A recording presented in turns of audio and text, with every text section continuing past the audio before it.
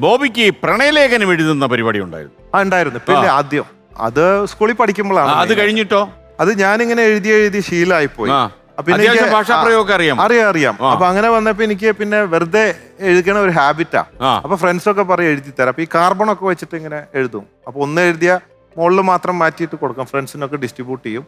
അപ്പൊ ഈ ഹോസ്റ്റലിലാണല്ലോ, അപ്പൊ ഞങ്ങൾക്ക് ഈ ഹോസ്റ്റലാകുമ്പോ ഈ ഒരു പരാക്രമ ആവേശം ഒക്കെയാണ്. അപ്പോൾ പുഴുങ്ങിയ മുട്ടയൊക്കെ എല്ലാ ദിവസവും ഉണ്ടാവും. അപ്പോൾ ഒരു പ്രേമലേഖനം കൊടുത്ത ഒരു മുട്ട തരും.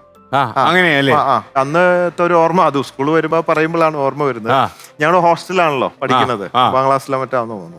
അപ്പൊ ഞങ്ങളുടെ ഹോസ്റ്റലിന്റെ തൊട്ട് മുമ്പിൽ റോഡ് സൈഡിൽ ഈ ഡേ സ്കൂളേഴ്സിനൊക്കെ പോകാനായിട്ടൊരു ബസ് സ്റ്റോപ്പ് ഉണ്ടായിരുന്നു. അവിടെയാണ് പെണ്ണുങ്ങൾ വന്ന് നിൽക്കുക. നമ്മൾ ഈ പ്രേമലേഖനം എഴുതിയിട്ട് ഈ ജനലേക്കോടെ ബസ് സ്റ്റോപ്പിലേക്ക് പെണ്ണുങ്ങൾക്ക് താമസിക്കുമ്പോഴാണോ? അതെ ഹോസ്റ്റലിലാണ്. കാരണം അന്ന് നേരിട്ട് കൊടുക്കാൻ ധൈര്യമില്ല, വലിയ കുറ്റല്ലേ. അവിടെ പോയി കംപ്ലൈന്റ് ചെയ്ത വലിയ പ്രശ്നമാണ്.